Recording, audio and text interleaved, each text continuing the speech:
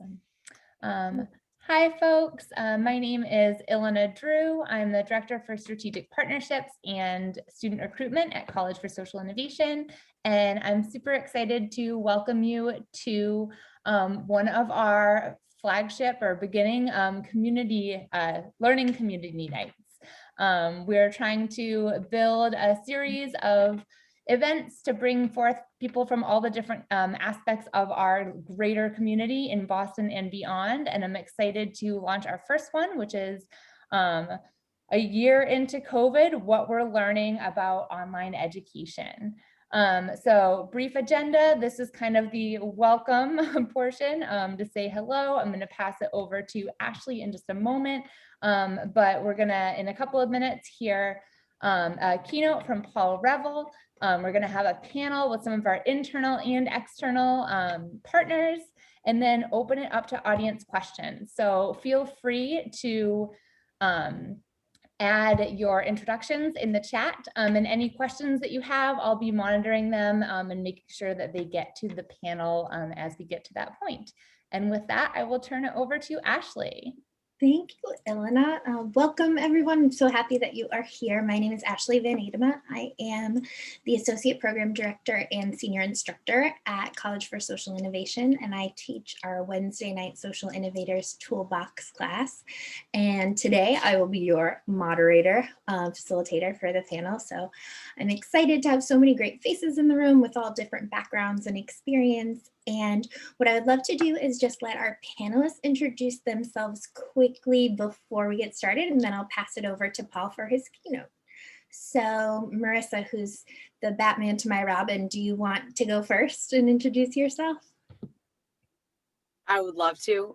Just so folks know, we're going to go back and forth about who's Batman and who's Robin at least 3 times during this session. So I have the privilege of working with Ashley on our instructional team. My name is Marissa Rodriguez. I'm the Director of Experiential Learning at the College for Social Innovation, and I teach our Friday Becoming a Problem Solver course. Among other things, she does a lot. Thank you. Gabby, you want to go next? Yeah, sure. Hi, everyone. I'm Gabby Calise. I'm a senior public health major at UMass Amherst. I am currently a semester in the city ambassador for UMass Amherst, and I was part of the fall 2020 cohort. Great. So happy you're here. Antonio, you want to go next? Oh, yeah. Hello, my name is Antonio Cepeda Benito. I'm a professor at the University of Vermont. And like Eric said, my son is currently a student doing an internship in Boston. So happy to be here. And I've been obviously teaching online since about a year ago. So. Well, you've got the Zoom background down. That's probably the biggest thing that we all need. Yeah. I think you're winning. And Paul, would you like to introduce yourself? Me? Sorry to me? Yeah, sure. Okay, I'm happy to introduce myself. I'm Paul Revel. I'm a professor at the Harvard Graduate School of Education, where I teach courses on leadership and 21st century systems of education and matters of state policy. I founded something there called the Education Redesign Lab. I've been at Harvard for nearly 25 years with time off for serving as Deval Patrick Secretary of Education, in which I presided over pre-K, K-12, and higher education in Massachusetts for 5 or 6 years. Yeah, so you've been doing this for a little bit, huh? I have been. Okay, yeah. Great. Well, we are so happy that everyone is here. And with that, I will turn it over to Paul and let him get us started with some opening remarks. Okay, great. Thank you, Ashley. And I think opening remarks is a better handle for this than a keynote. I'm going to give you some reflections. I'm not a higher education expert per se, although I've spent a lot of my career in higher education and my government career working with higher education. But I spent a lot of time thinking about childhood, children, education, social responsibility, social compacts, and what this pandemic has meant. And so I've been observing higher education through that lens in terms of what are the immediate sort of practical implications for the field, and in the longer run, what are the potentially transformative, whether positive or negative, kinds of changes that might result from what's happened over the course of the past year. And so I'll throw these out just as, fairly general observations, but elements that I think you could pick up on and use in conversation. So I have about 10 or 11 of these things just to mention. Number one is budgetary strain. We're in it now. We were in it before this happened. The kind of winnowing of the field of higher education to which obviously favors the most resilient, those with the most capacity, those with the deepest endowments, those with the ability to survive, a potentially disastrous year from a financial standpoint. So, if we had a number of marginal institutions before this, we'll lose some of them in the course of recovery from this over this year and next year. Others will be moved into that marginal status as a result of this crisis. We've seen some narrowing of the curriculum in some of our institutions as they attempt to cut costs. There are a number of services and offerings to students that schools are thinking of eliminating. They're eliminating unpopular majors, for example, or departments that don't pay for themselves, luxuries that some of them could carry before but can't carry now. So there's a whole sort of slimming down and winnowing process as people adjust to the challenges that this budget strain has put on them during the course of this, which is a combination of added expenses in terms of things they need to do to keep pace and diminished revenues, things such as, which I don't need to tell a higher education audience any of this really, housing revenues, the food revenues, and other kinds of on-campus activities, everything from sports to other activities that bring in revenues. I mean, campuses are hurting from a financial standpoint. But of course, they're not the only ones hurting. Another group that's hurting is, of course, the students coming into school. And so that's causing a number of students to back off and not apply, which will affect the less competitive institutions, the institutions that are more significantly dependent on enrollment for their revenues, which will add to the financial strain on those organizations. But in this category, there's enormous strain on our consumers. Their lives have been strained, not just financially, through loss of jobs or increased family financial responsibilities, but all kinds of health strains, obviously, and other supports that they need in order to be able to show up and participate fully in work life or college life. They'll need all kinds of supports after what amounts to a kind of earthquake in their lives as well. We have some good news, or hopeful news at any rate, that we have an administration now in Washington that actually cares about education, cares about public education, cares about equity, seems likely to do something on student debt and the problems associated with that, seems likely to do something on more aid to our states, which will in turn affect states' ability to finance higher education and turn around the trend over recent decades of diminished state support for higher education. Also, ideologically, I think you can expect a relief from what was under the previous administration, a kind of all-out assault by the federal government and an ideological assault by the president on the whole notion of higher education and the basic premises of truth and evidence that underline the enterprise of higher education. So all of that is good news. So it's not strictly a bad news report, although on some of these things, we don't know quite what's going to happen.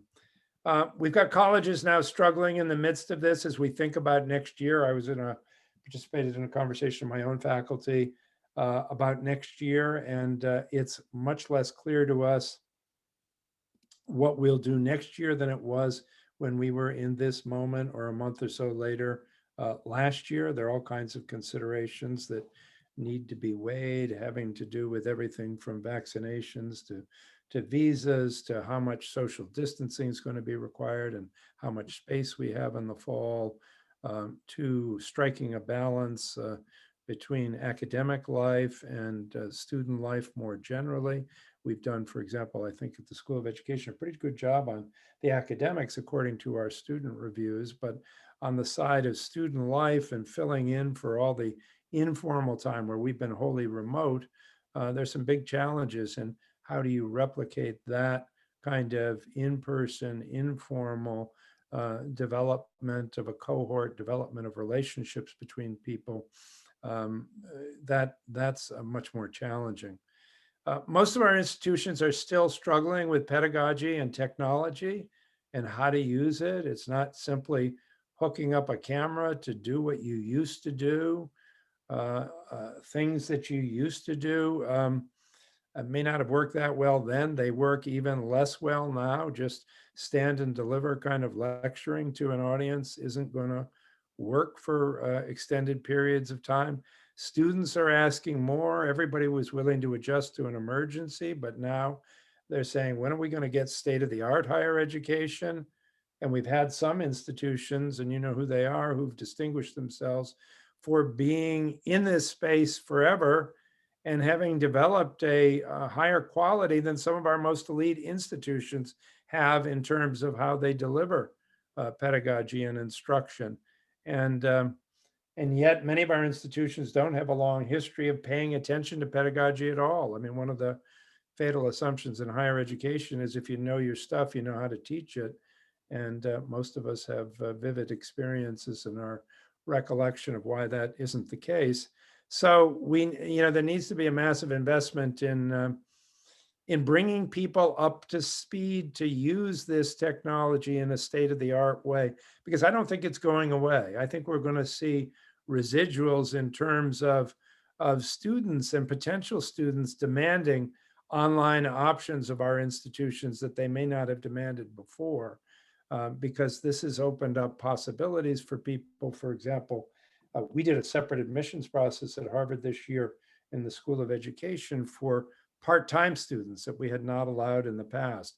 And we got a deep, very rich pool of part-time students who had quite significant experience in the field and added enormously to our classroom instruction and so forth. So I think that's, all of this is still up in the air. How are we going to continue to use remote? What do we mean by hybrid? Is it reasonable to ask faculty members to be simultaneously teaching in person and doing something, online to a group of people? I don't think so, but some institutions are finding some ways to do it. What sorts of platforms are being developed to, I was on something called Sophia that had been developed by entrepreneurs in the innovation lab at Harvard from the med school and the business school, that allows you to create avatars and move into a space where you can have conversations and discussions and move into rooms and move to recreational space and have games and serious conversations, all this kind of stuff. So there's lots of stuff coming out of this that I think we haven't seen yet, that are coming. But there's going to be a renewed focus on teaching. What does teaching mean in this era? And giving faculty the support they need to embrace new approaches, which is, faculties are fairly conservative in terms of pedagogy and what we do. And, some schools are going to respond to this and take up the challenge, and others not.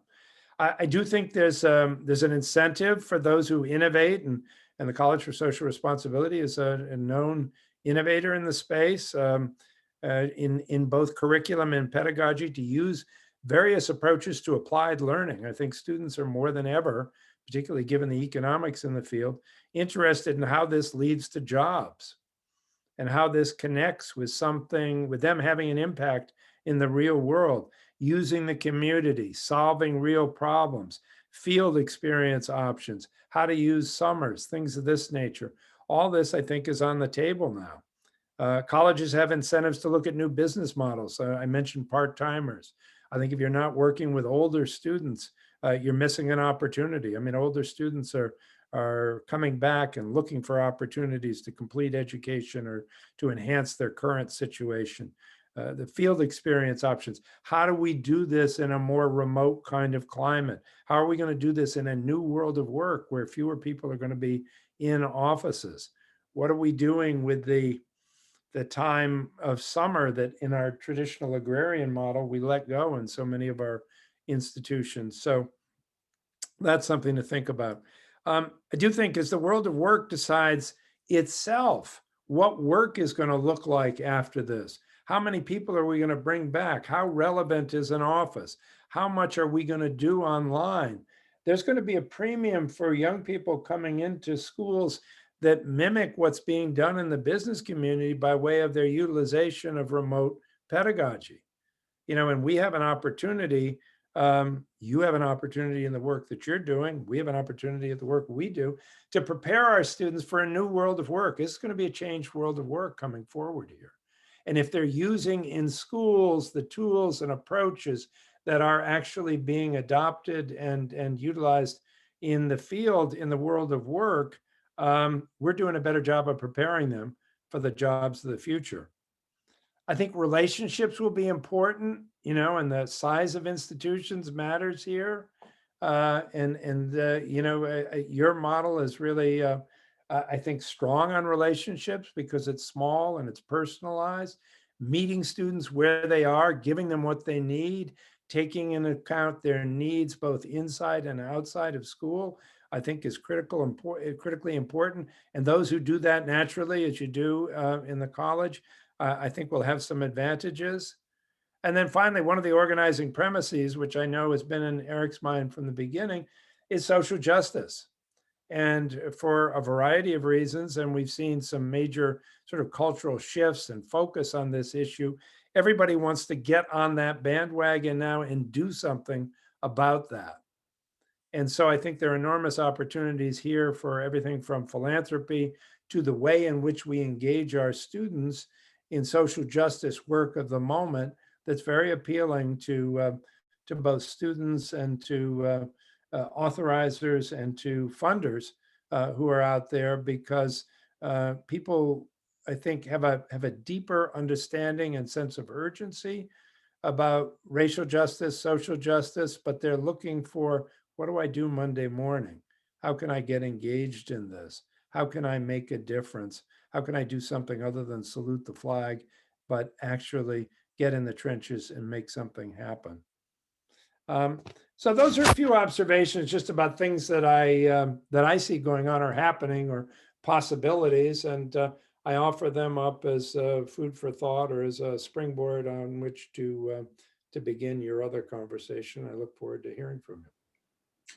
Well, thank you so much for your really thoughtful contributions and for setting me up for success in this panel, because everything that you just mentioned, I feel very seen as an educator, but also you touch on all the different elements of the system and how that's what we're trying to do right now, is really respond to systemic change with, you know, innovations that speak to the needs of our students and communities. So we really appreciate it. I know you have another obligation that you have to get to, but we have 5 more minutes if you want to hang out with us. Yeah, no, I'm going to hang out and hear the first 5 minutes anyway. Thank you, Ashley. Appreciate it. Thank you. We really appreciate it. So I will turn it over and open it up to our panel, and I will start with, Paul talked a lot about from a large scale perspective, what some of the challenges are that we've encountered in switching over from technology to adapting our budgets and maintaining a sense of community. And I am wondering from our panelists, if you can tell us kind of what's been the hardest part for you in your particular job, in your space as a student, as a teacher. If you can share a little bit of the challenges, and then we'll switch to a solutions focused place.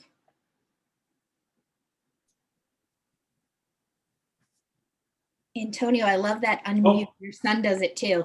He always helps me out when it's quiet. Did you? All right. Yeah, I can go first.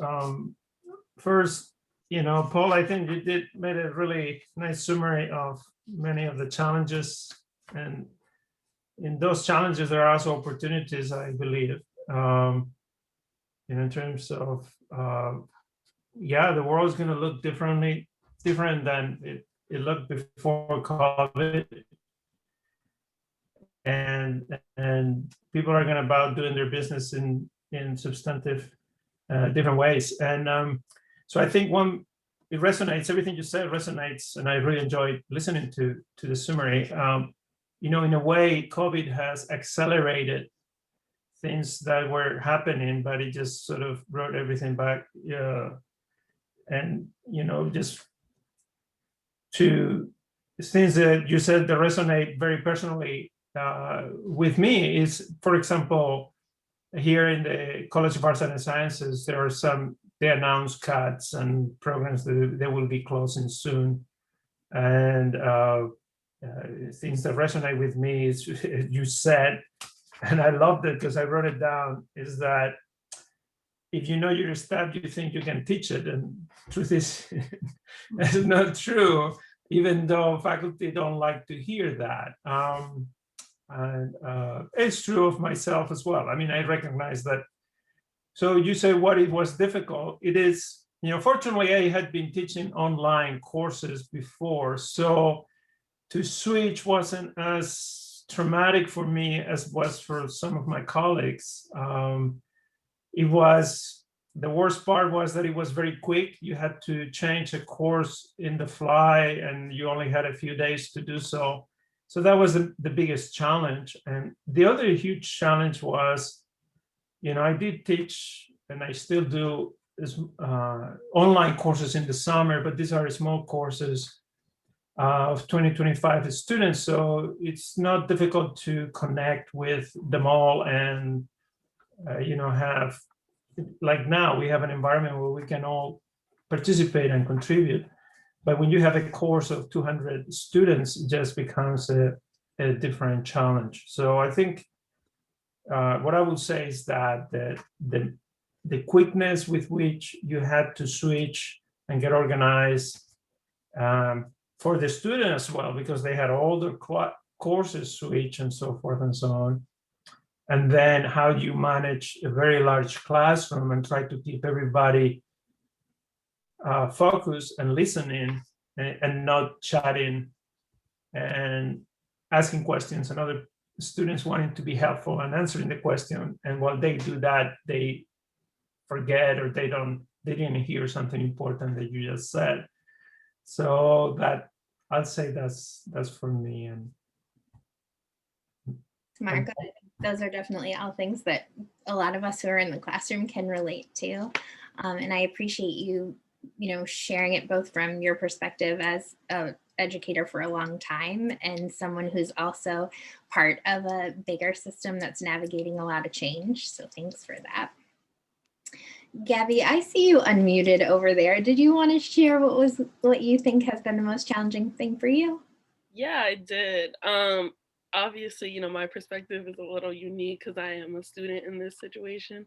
So for me, last March, when UMass had, switched to distant learning, none of my classes actually had Zoom.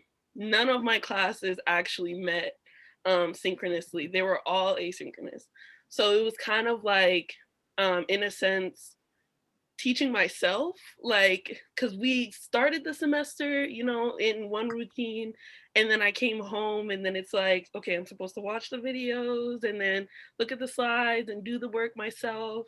It was kind of difficult in that sense because it's like, you're not able to, just ask the question, like raise your hand and ask the question, right there in the middle of class, because none of my classes were actually meeting. So it was a lot of on my own sort of work. It was a lot of if I did have any issues, contacting my instructor, asking them those questions, really learning how to write detailed emails because, you gotta talk about everything that, confuses you within that topic or whatever.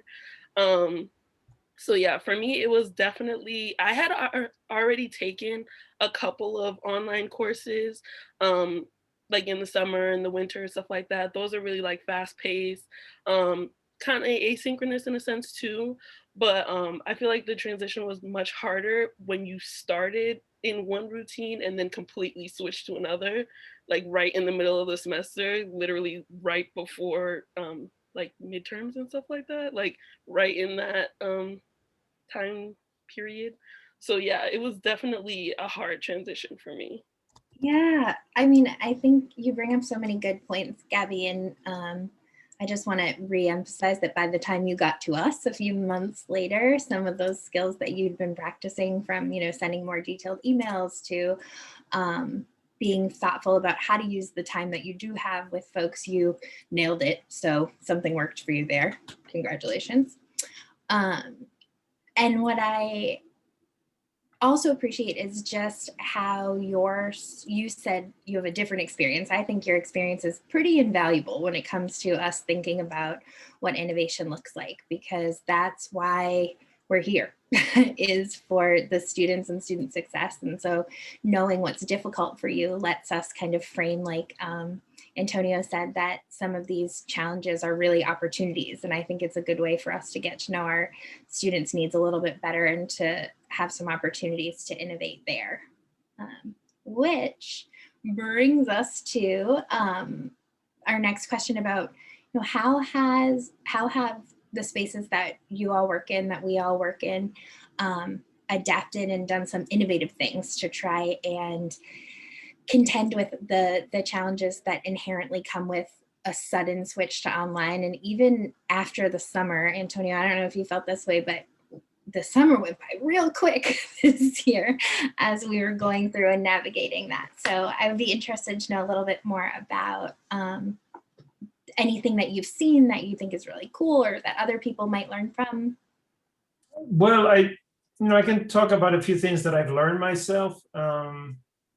That has pushed me to, I think, figure out how do I create an environment that is online or is, long distance, that create sort of a community and get the students to get to know each other a little bit. So, and in fact, I think online is easier to do than in the actual classroom environment, because when I teach very large courses. I have 200 students in the class. I have from 100 to 200, and I happen to teach them very early in the morning, so not every student shows up. And so it's difficult to maintain this or encourage them to get to know each other and talk to each other. And then it's very intimidating for them to participate in give an opinion or answer a question in front of their peers. So in the online environment, we use Microsoft Teams, and Microsoft Teams has these break rooms where you can, and it also has channels, so you can organize the students into groups. So I have to organize ahead of time, give very clear instructions, like Gabby does with her emails, which, yes, you have to be really precise and explain things very clearly. Otherwise, it's difficult. Communication is difficult. You don't have the body language. You don't see a student who says, "What?" Then you realize that you have to go backtrack and explain again. So you miss all of those cues. But in a way, it's easier to organize them, and they can get to meet, and they can follow instructions, and they can come back and participate after 10 minutes, and you can have a much smoother and efficient experience than if you are in a very large lecture hall. So that's one of the things. The other thing is I provide templates in something similar to Google Docs, but it's within Microsoft Teams as well, where students can work together and collaborate in the document. And you can organize it in tables, and so they can provide individual participation, and then they can see what everybody said, and then they can decide what final product they present as a team. All of those things, I think, are easier done in the online environment than in the physical environment, much more efficiently.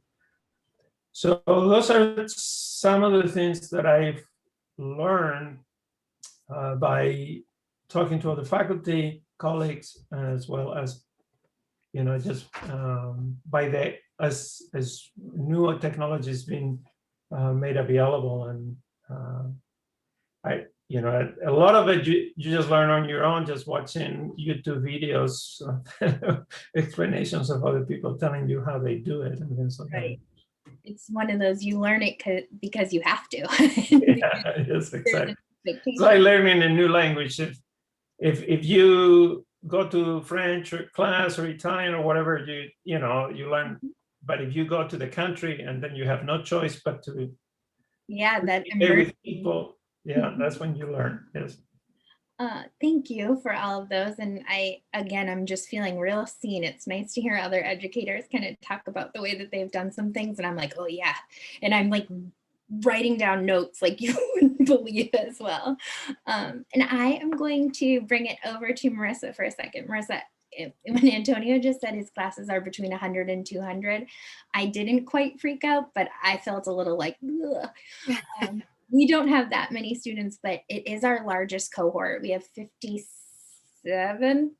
Okay, that's what I thought. 57 students. So that in itself has been a little bit of a change, at least for me. So Marissa, do you want to talk a little bit about ways that you have innovated this semester or in the past year now? Yeah, I think one of the things that came up in Paul's remarks was, this idea of sort of student-centered learning, and that's been a buzzword in education for a long time. And this experience really forced us to put our pedagogy where our mouth is on that, right? And what did it mean for not just students to interact with me, but for them to really get to know and learn from each other in a much different way? Because you have to do that in a larger online class.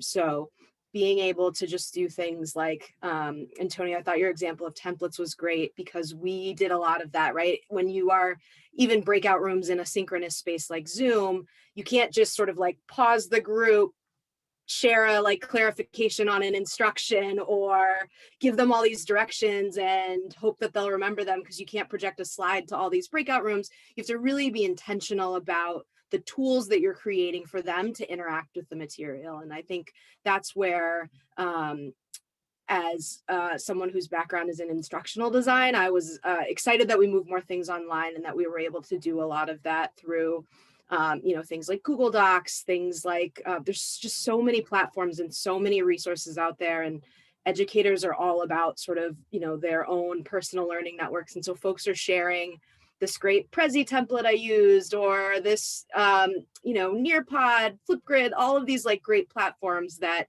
teachers have found ways to utilize are also sharing those resources with each other. So I think one of the biggest lessons learned for me is anytime I'm integrating a new platform or medium, to go to the community community support section, where I probably wouldn't have ventured before, because why not just get information from experts? But people are creating so many things and really embracing this as an opportunity to build learning communities outside of their school or institutions, that it's been great to see. And I think when you are moving into online spaces and really thinking about it from that sort of student-centered approach, we really had to also think about, how are we creating community in those spaces? How are we really sort of taking advantage of the experiential learning cycle, right? They were still going to their internships, and one of the challenges we ran into is how much do we push? Do we give them a lower requirement for internship hours? All of those things. And what we found is that at this time, more than ever, back a year ago, folks were so committed to the work their organizations were doing because their organizations were on so much of the front lines of what was happening. And so being able to bring those experiences back in and be really intentional about things like you know, just having time for them to present problems and solve them. We use a format called consultancy protocols, which is really easy to do in a synchronous Zoom space. Things like, you know, creating content on asynchronous content on a Prezi video, but then having them interact with the discussion board as a way to not just sort of what Gabby was saying, teach themselves, right? But really sort of bounce ideas back and forth on any of our asynchronous content. And so that sort of really sort of looking at what's going to enable students to make the most of the, I think we had about 7 weeks left when we originally moved online. Make the most of these 7 weeks was sort of the driver for all our decisions, and being able to really embrace technology in a different way, I think enabled us to do that. I'm so lucky that I get to learn from you as an instructor, because you just listed a whole bunch of new tools that I have not heard of yet. Now I feel like I need to write them down and Google them immediately. So thanks for that. I will echo what Marissa said just around the idea of intentionality in online classes. And it kind of leads me into my next question that I'm going to ask folks around what makes a good online class and a not great online class or virtual learning experience in general. I know for me, I'm not trying to brag or anything, but I feel like I'm a better teacher this year than I've ever been.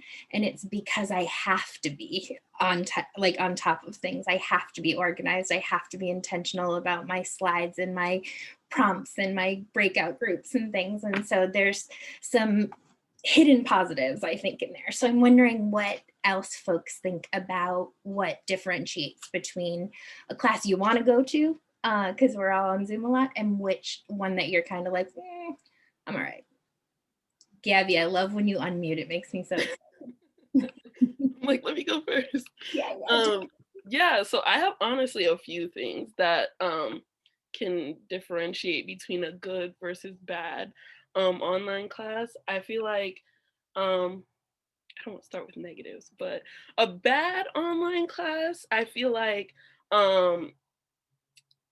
with this whole transition, I think educators are finally seeing students as people, like, and also understanding that there's a lot of worldly things happening as well, at, like, while you're in classes, while you're, you know, having an internship and stuff like that. So just because we're virtual doesn't mean we have more time. It allows us to be, you know, home, and, like, you know, we don't have to do the traveling in between and stuff like that. But we still have to be, like, you know, on Zoom and this meeting, that meeting, like one after the other. Like, now the time is like so they're like, so the meetings are so close to each other and stuff like that. So yeah, I think that's one thing for like a bad, I guess, online experience. I would say for a good experience, if it's asynchronous or not, I feel like Semester in the City did a good job of checking in with students, and, like, even if you're asynchronous for you know, traditional classes, still holding office hours and just, like, you know, maybe sit in the Zoom. If a student comes in, they come in, you know, ask their questions, just so that at least, like, they have a human to talk to and not just, like, emailing and, you know, on the computer the whole time.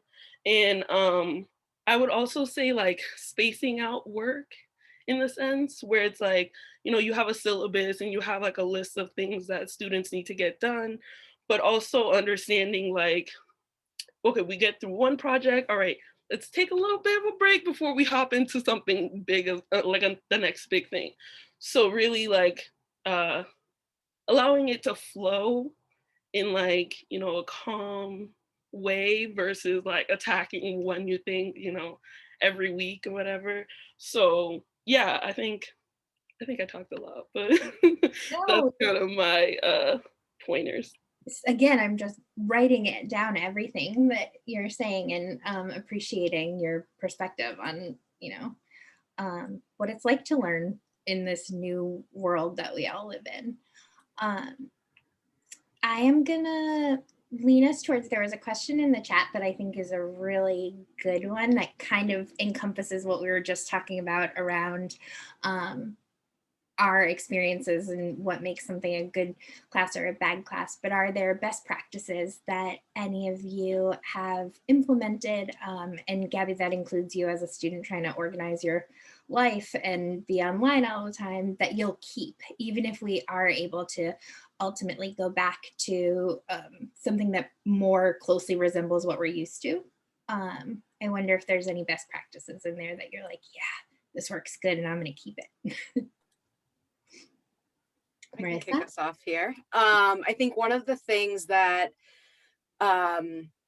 moving online has done is really force us to think about participation and what that looks like for folks, and to really be intentional and diligent about building in other ways to participate other than sort of vocally. So I think, continue to use things like polling, or even, we've used like tasks in breakout groups, or ways to keep notes and sort of do that as a management strategy, because it's harder to bounce around to a bunch of groups and sort of hear the trends and stuff. But I think keeping that as a way to help not only focus their efforts, but then we're able to post some of those things and folks can go back and sort of see it. And it gives us another sense of like, who's talking in that little group, that when, in the larger group, or if I'm hovering at a table when we're in person, is less likely to speak up or say something or share an idea, who's better at sort of formulating their thoughts while writing. And so typing into a document as opposed to having to have a verbal interaction, like those pieces, I think really thinking about how we can maintain some of that even when we are in person is something I've been thinking about for sure. Definitely. And I'll echo that sentiment just on, like, as you've heard me talk about, I am a note taker. I like to keep track of things and try and, hold on to thoughts and ideas that people share. And the chat transcript on Zoom is a place that I never thought I would go back to, but I do often, because you do get to hear from a lot more folks, and you're able to, I think it's giving our learners who have some processing differences or who maybe learn differently an opportunity to be really successful in some areas where they haven't been before. And part of that is that freedom to have folks engage in a different way and in a way that feels good to them. So I think that's something I want every part of my life to have a chat transcript so that I can go back and check on it and be like, oh, yep, that is what they said. That was where it came from. That's wonderful. Ilana, we were going till 4:50. Is that right? Or 5? I think I had originally said 4:50. If folks are able to stay till 5, we did get a little bit of a late start. So if we want to ask a couple more questions and our panelists are willing to stay, if they can give a thumbs up, that would be fantastic. But otherwise, if anyone else has to leave, like I said in the chat, we will record this and send it out with kind of like a summary to anyone who registered. So if you have to leave, don't worry about it. We won't be offended at all. We get it, especially if you're parenting. I saw some notes on there about managing instructional time for their kiddos and for themselves, and trying to do, I think everyone's trying to do everything right now, which is also something that Gabby just mentioned. So I just appreciate people doing their best, and their best looks different sometimes now. So if that means your best is, I gotta go, then that's cool with us too. Do we have any other questions from the audience, or I can circle us back to some of the things that have come up at this point? Eric, you have any questions that you're sitting there thinking about? It's okay if you don't, no pressure. I'm just, as it pertains to our model, and I'd love Gabby's maybe thoughts on this. I'm really interested. One of the realizations for me is experiential learning doesn't equal in-person learning, which I think I probably always thought it did. And I've been struck by students who spoke to our board this semester, and just students I've talked to one-on-one, talking about the richness of the relationships that while they prefer to be in person, they're still building really rich relationships over Zoom. And I think, as Antonio mentioned, there's going to be a new world of work out there. So learning how to work experientially through a partially or mostly online format is important. But what you experienced in the fall, I think a mostly online internship, although you may have been some in person, with mostly online but not entirely online classes, and just talk about that interplay of the experience with the classes. So I think when Paul talked about like education's got to try some new things, and using summer and other things around experience is important. I'd be, you're the expert here, be interested in getting your perspectives, but then Marissa and Antonio and others jumping in too. Yeah, I do think, being remote, you do lose, those hands-on activities and stuff like that. Like, I do appreciate those times where we were able to come in for the Friday classes and do some of those like little activities. They're kind of like, in a sense, some of them seem so simple, but you take those for granted sometimes because when you're stuck on the computer the whole time, you're just like, man, I wish we just could do like a little activity right now rather than doing all of this. So yeah, in that sense, yeah, you lose those. But also I feel like it also depends on the person, because if you're like personable in a sense, like my mentor in the program, Shavella from Madison Park, she really, because she had worked with youth and young people before, so she really focused on like checking in with me, asking me questions like, are you really okay? Like, do you really understand like what I'm asking you to do?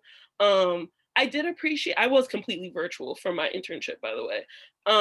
And I kind of did appreciate, you kind of don't have to do that stereotypical intern, getting coffee, copying papers and stuff like that. Like, I did appreciate that. So then they gave me like actual tasks and actual, things for me to do. And you kind of have to like manage your time and like make sure you're getting things done when they need to be. I do think, keeping deadlines, but having them a little flexible if they can be, is a good thing. To be honest, I appreciate the fact that I was still able to do the program even though it was virtual, because I'm a senior now and that was my first ever internship experience. So I'm just glad that I was able to have that in general. But yeah, I kind of just made the best of it. You kind of have to work on, your family relationships too, because everyone's at home with a different set of people, so that's important. Yeah, and just self-management too, but yeah. David, did you have a question? I had a quick comment. Hi, everyone. I'm David. I'm not sure if I'm actually even supposed to be here, but I think Eric invited me, so you're stuck with me. Welcome. We're happy you're here. I've had the privilege of working with a couple of folks on this call for a long time, and I've taught at Boston University for the last 10 years. And just a comment or building on Eric's question and Gabby's response. I think I've been surprised, and I think a lot of people have been surprised at how easy the transition to online has been, both educationally and professionally and even interpersonally. Like, there are lots of things I think it has transitioned more smoothly than I expected. I think the thing that's missing and the thing that's been hardest, and what I'm speaking up because I feel like College for Social Innovation may have some innovating to do for us in this area, is what's missing is the joy. And I think about like the joy of learning together. Like, I can teach, I can convey information, I can, satisfy my pedagogical checklist. And I can say, that students were there with me, and I can meet them more easily one-on-one than I could before. There's all kinds of things that work or even work better. But what I have not been able to capture is the joy that comes from learning together. And I think that that is important. And I feel like that is not only true in for college level classes, but is also true in workplaces. And so for people who are in internships and who are entering organizations, I advise lots of students who are doing internships and starting new jobs. And this is what they're reporting back is, you know, I'm doing my job, but it's really hard for me to feel like part of the community, part of the organization. So I guess I'm speaking up to say to the educators and the advisors at College for Social Innovation, that if you can do things that either recapture or come up with an alternative way of creating joy, I think that's the biggest thing that's missing. David, you're invited to our Illinois' next COVID happy hour game night, which is one of our innovations. I will say, you know, we've done all those things. Those are, in my opinion, no offense to those, they are not translating as well. So funny. I just was telling someone the other day, I was like, oh, I gotta go. It's COVID happy hour. It turned out to just be 4 of us, Edith, Eric, and Keo and myself, but it's cool. We made the best of it. But people were like, I can't believe you still do Zoom happy hours. And I genuinely really look forward to them, but they've changed over the year that we've been doing them. We played categories a few weeks ago. It turns out our team is very competitive. It's me, I'm very competitive. And so that's been really fun. We have had like some theme things that we've done where, you know, for someone's birthday, it's what kind of cake would they be? And I think we wore hats at one point. That also might have just been me.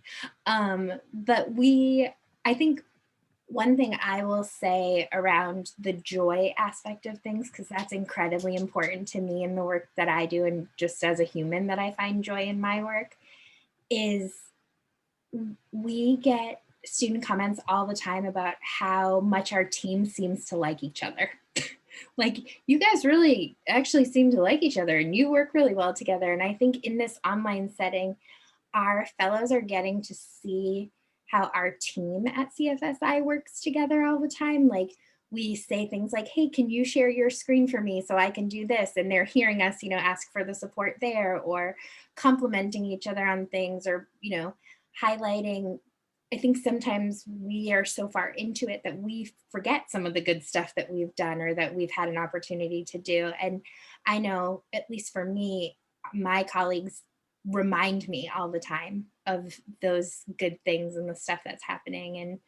And so I think modeling it is one thing that really seems to work. And then I'll also just say, from my perspective this semester, our first class for Social Innovators Toolbox was about learning. It wasn't about social innovation. It was about how we learn and why we learn, and asking questions, and why don't we ask more questions, and what was the best class you ever took, and you know, what did you want to be when you grew up, and those kinds of things. And I think by calling out the learning piece and saying, like, it is hard and a lot of people don't find joy in this anymore, how can we find joy, has been really awesome, at least for me. And there's a lot of the tricks and stuff that I have been using came directly from our students being like, this is really fun.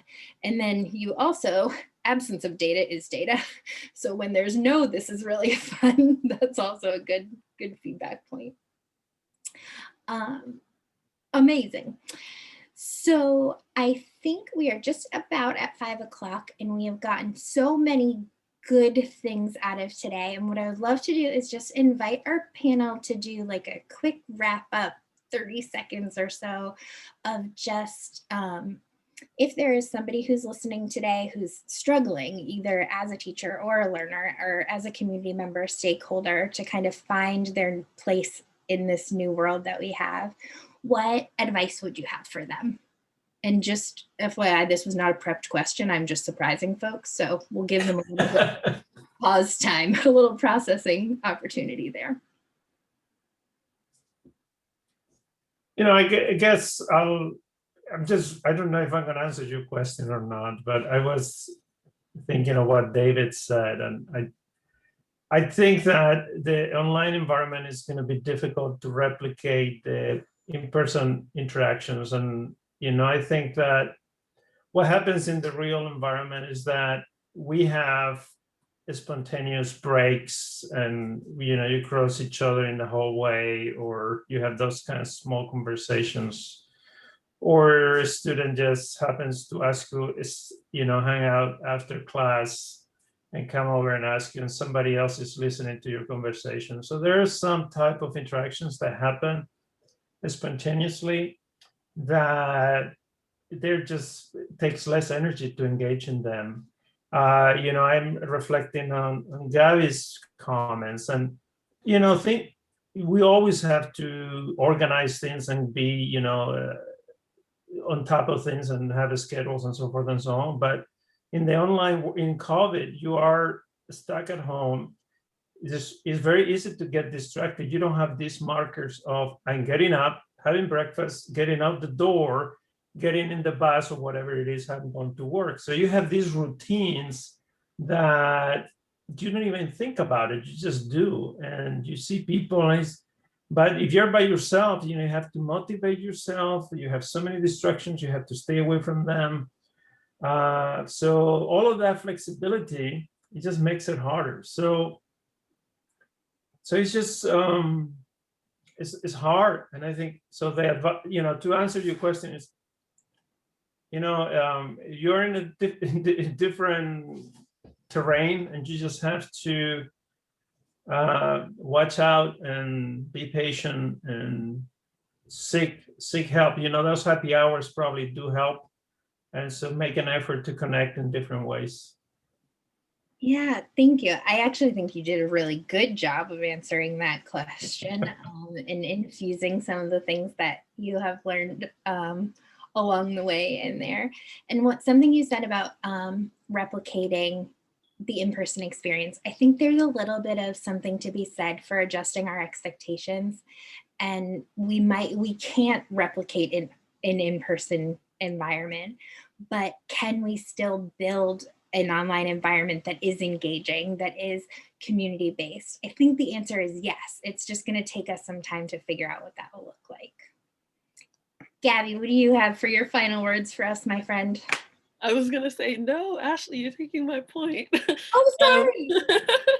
No, I was going to say, honestly, this whole experience, it's really, personally and, educationally, all of that, it's really just like adapting to the new normal and, figuring out what that even looks like in every way, shape, or form.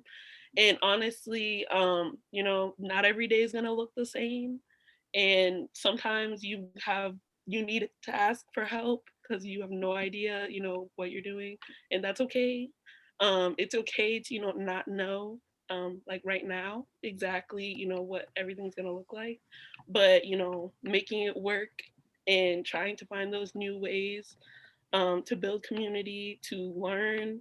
And realizing that, behind the computer, behind the Zoom is a person.